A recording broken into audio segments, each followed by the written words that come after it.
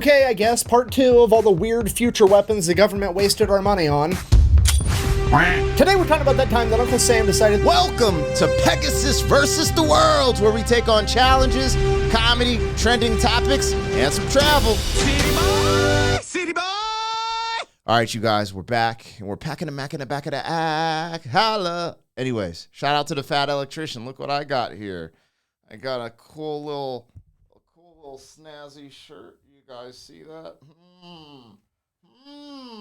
Aha! Aha! Twerk it, twerk. No, don't twerk. Don't twerk. I don't even know how to twerk. I don't know how to twerk, but I wanted y'all to see the back of the shirt. Damn, these chains, man. Now y'all got to see that rump roast framed. Anyways.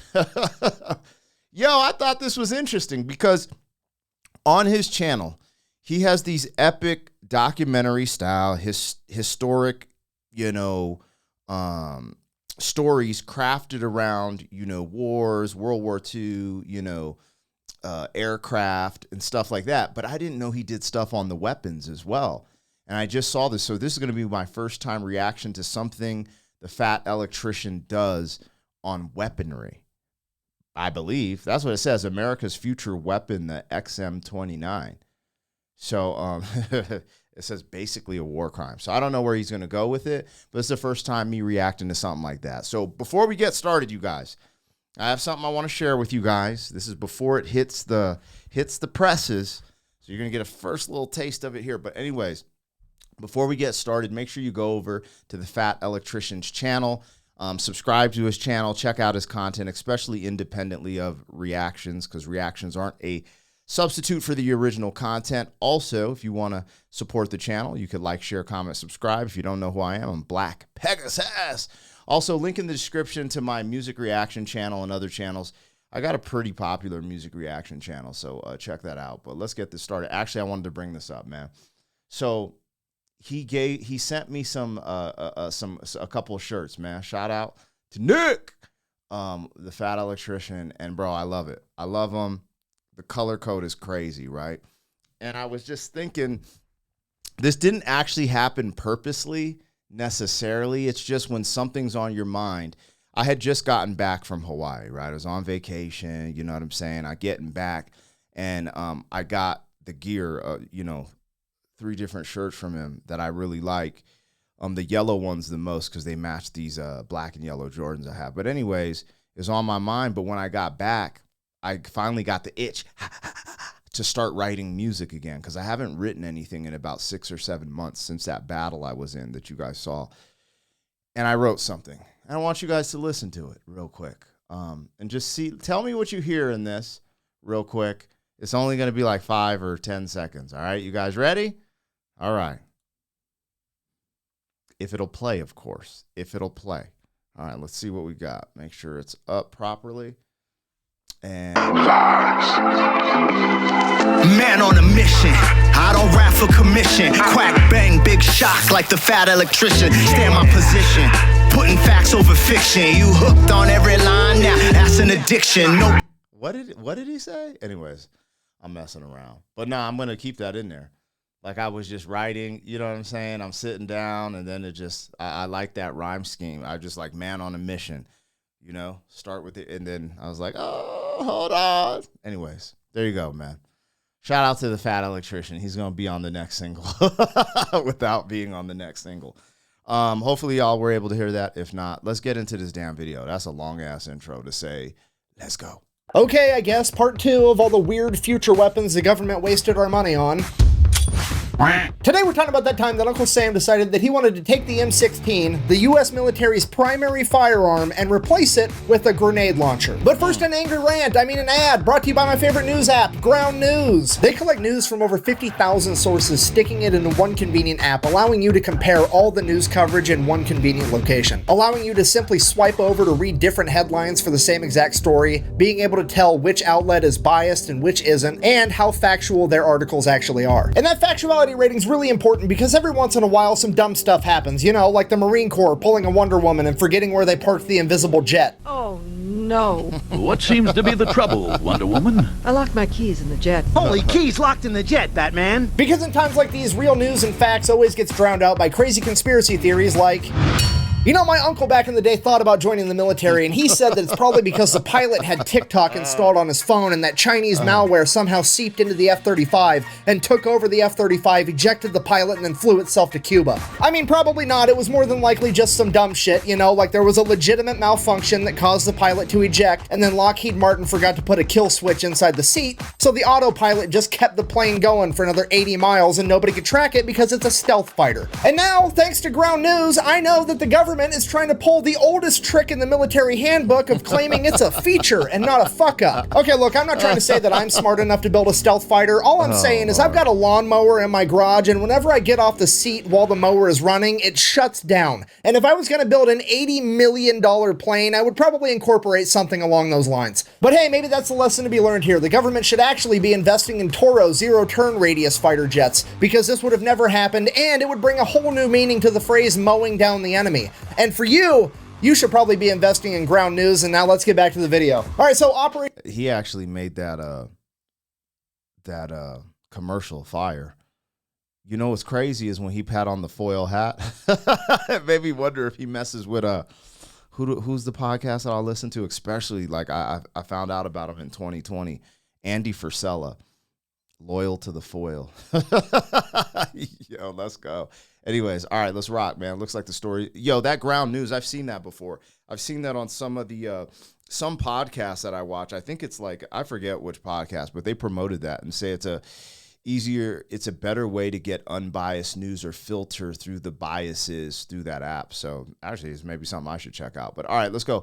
Basically, a war crime, America's future weapon, the XM-29. Give Everybody a Grenade Launcher is officially known as the OICW program, which stands for Objective Individual Combat Weapon. Why on earth would you call it that? Well, because the weapon they made was the XM-29, aka the Tactical Car Door. That is a 20mm grenade launcher that fires programmable smart grenades on top and a German G36 on the bottom. And when your end goal is to give a weapon that ridiculous to every single grunt in the US military, you kinda have to give it a bland acronym of a nickname, because when Geneva finds out that you're replacing the M16, she's gonna have some questions. And when she wants to know the name and a brief description of this new weapon, it behooves everybody for you to be like, it's objectively speaking, it is a combat weapon, and it's meant for an individual, and we call it the OICW. Because the last thing the brass wants to do is go in there and tell the truth. It's a semi-automatic grenade launcher with an underslung 5.56 rifle. We don't have an official name for it yet, but the boys are calling it the Baloney Mistmaker 5000. Once that happens, it's all downhill from there. Next thing you know, people are asking questions, people are making points, you know, like, hey, exploding bullets have been illegal since 1899. Would you care to explain the difference between an exploding bullet and a really small grenade that gets shot out of a gun? It would be a complete nightmare. So, yo, he's just dropping little intricate facts. At least I think. I should probably fact check it, but I didn't know exploding bullets were illegal. Hold on. Fact check. I believe him, but, you know, since we're here, okay, real quick. Were exploding bullets made illegal in 1968? We asked ChatGPT. Yes, exploding bullets, also known as explosive projectiles, were effectively regulated by the Gun Control Act of 1968 in the United States. The act didn't explicitly ban them outright, but it placed them under strict federal regulations. The Gun Control Act, man, that's some BS, man. What about my 2A rights, man? Come on, man. Huh? Give my exploding bullets ass must. Nah, anyways, yo, why do these guns that he's showing on here look like the joints from Starship Troopers?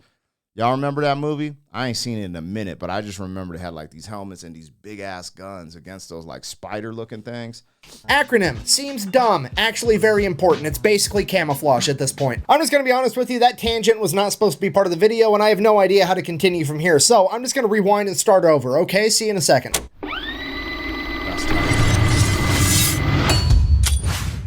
Today we're talking about America's Starship Trooper weapon, the XM-29. There we go. I told y'all it looks like it. That's crazy.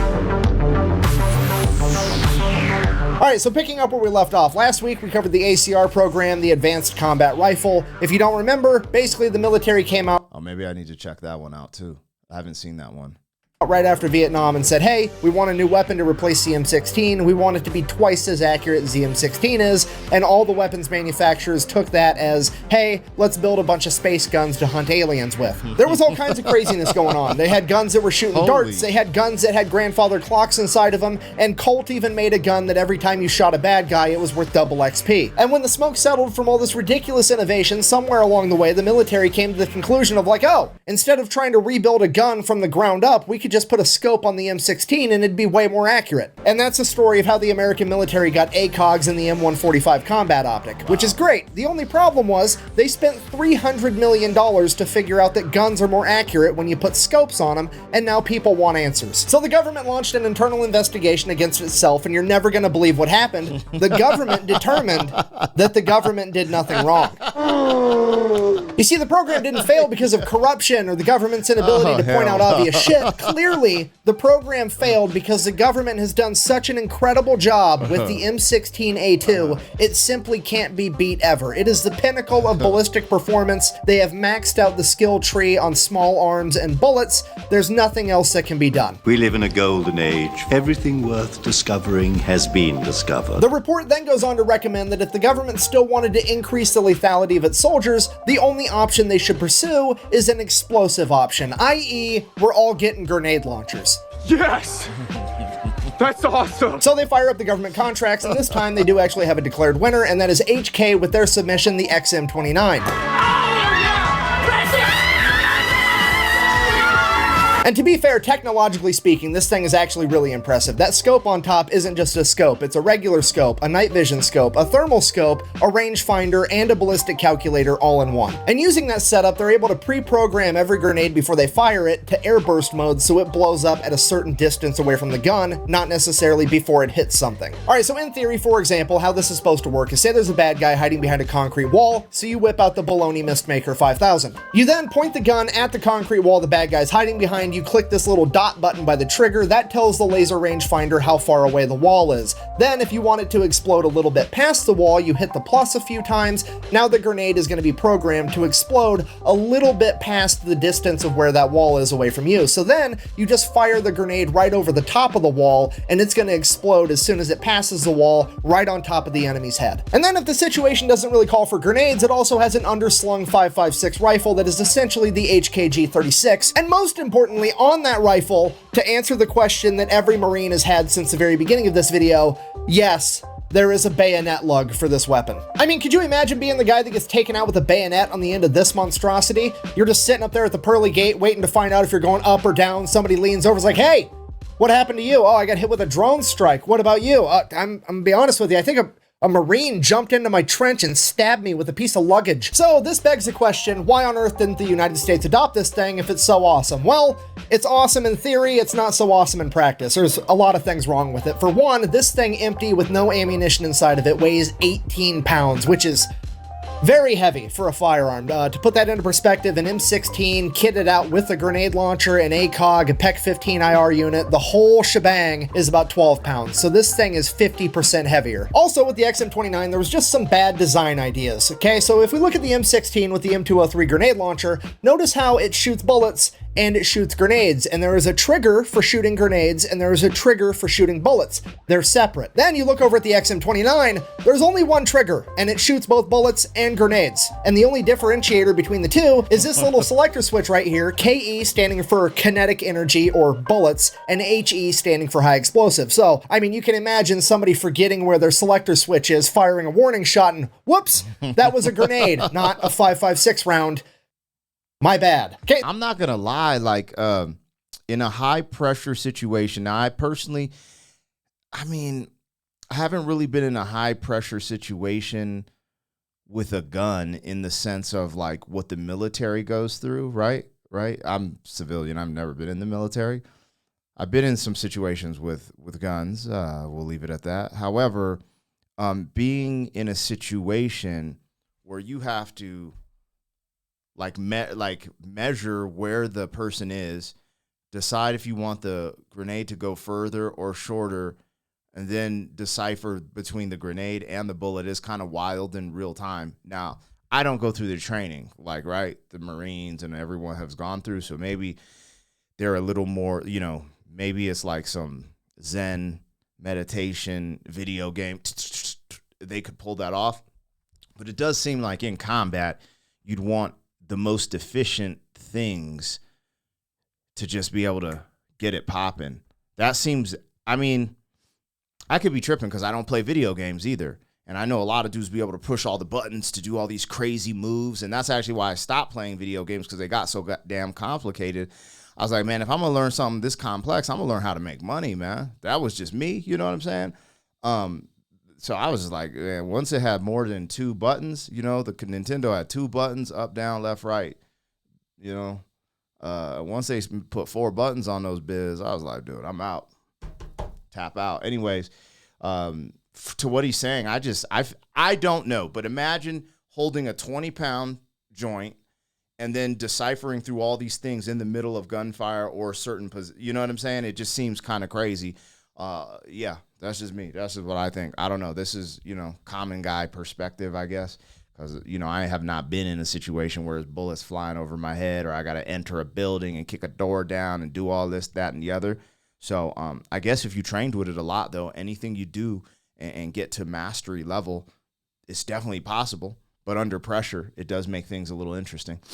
A third and final reason, it was just going to be a logistical nightmare all the way throughout, because that big-ass fancy scope on top is going to take batteries, and if you can't get batteries to make that scope work, the rangefinder isn't going to work, which means you can't program the smart grenades, which means you're basically carrying around an 18-pound gun that is ultimately a 5.56 rifle with a 9-inch barrel, and a 9-inch barrel at 5.56 gives you a range of like 200 yards, so it just doesn't work out if you don't have batteries. Secondly, even if you can get batteries all the way there, you got to have smart grenades which have microchips on them. And I don't know what you know about American manufacturing, but we're not that great at making microchips. And the places we get all our microchips from are either places we're likely to go to war with or places that are bordering places that we're likely to go to war with, which could pose a huge issue in ammo procurement should war break out. So because Can you say China?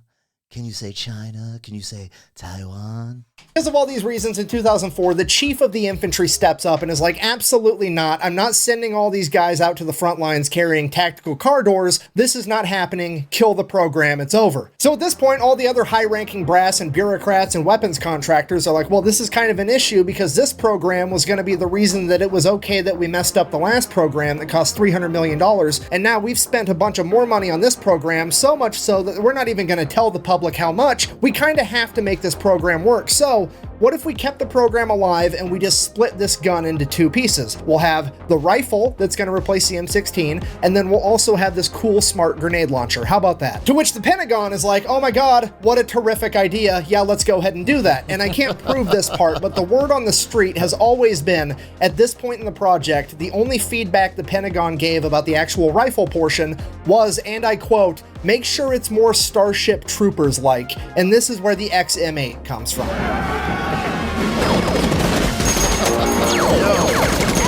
And while the G8 does look really cool and super futuristic, ultimately it was just the German service rifle, the G36, that HK took and wrapped inside of a plastic body kit to make it look cooler, and then tried to sell it to the American government. And their big selling point was going to be that the new XM8 was going to be modular, meaning that you could take different barrel lengths and stick them on the same gun, making it so it was better at different types of combat. If you were going to be doing a bunch of close quarters combat, you could have a little short barrel, and if you were going to be doing further out combat, you could have a longer barrel for improved accuracy, which honestly is a terrific idea. The only problem is the AR platform, the M16, the M4, it can already do that. So just to be clear, it doesn't do anything new that the M16 isn't already doing, and it shoots the exact same bullet, so there's pretty much no reason whatsoever to waste the money in switching rifles to a rifle that's basically the same. But there's money and reputations on the line, so they're going to keep trying to make it happen anyways. They end up ordering a bunch of prototypes, have it tested by the military, and everybody finds out pretty much immediately, oh hey, when you shoot a bunch of bullets through this plastic gun, it gets hot, and then the plastic starts melting off the gun. So the XM8 ends up getting scrapped in 2007, but there is a silver lining. It's not a complete loss because we still have the XM-29, the smart grenade launcher. And this thing is actually absolutely awesome. It's pretty much the same grenade launcher from the XM-29. That looks huge. I wonder, maybe he'll say it. How much does that weigh? That looks crazy. Man, I couldn't imagine having a grenade launcher, bro. Yo, that just sounds so fire, bro. Like, you know, you got your alarm system and like someone's trying to break in your crib and you just chilling. Like I have like a hallway that goes to my front door. And the moment that door twists, you're like, confirm. Grenade launcher. I mean, that would probably be dangerous. But that would be fucking fire to put the grenade launcher on some criminal activity, bro. Some fool still in a car, you're like, R.I.P. mother. I mean, in today's day, people get a little mad when you go. They like criminals. They're like, you know. And I've done a little dirt in my past, so who am I? I probably wouldn't want to catch a grenade launcher for doing something petty. But, you know, if it was like malicious, violent, crazy, man, woo, pull out the G. Pull out the G-lock.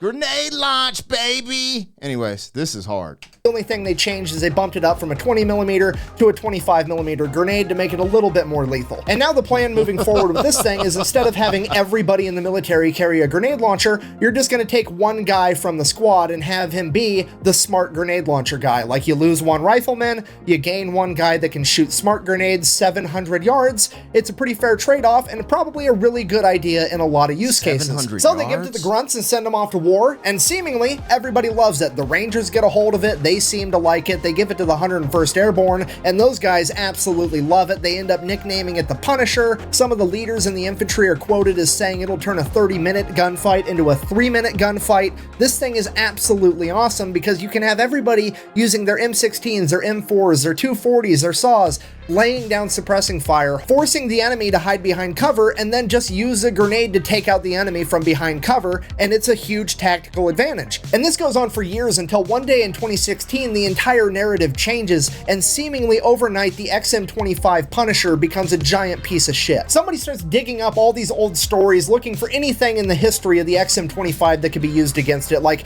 there was this one time back in 2012 where this one Ranger unit on this one mission decided that they would rather have a rifleman instead of this grenade launcher. Therefore, this weapon must not be very reliable. It's not like the Rangers are a special operations unit, and maybe that particular mission didn't call for a fucking grenade launcher, but whatever. Oh, and then there was this one time in 2013 where the weapon malfunctioned one time and all the safety features worked exactly how they were supposed to, but the operator of the weapon still got a minor injury, so we're gonna go ahead and use that as the excuse to can the entire program for, you know, troop safety, because nobody's gonna get mad at us if we're trying to protect the troops, right? Right. Okay, because here's what we're not gonna do. We're absolutely not gonna tell the American public that somewhere along the line somebody remembered, oh, exploding bullets are a war crime, and they have been since the 1800s. I wonder what the difference is between an exploding bullet and a small grenade that gets shot out of a gun. And then, if you Google it, holy shit, this line has been drawn in the sand since 1868. If it's 400 grams or less. Hold on, did I say that? Why do I feel like I said 1968?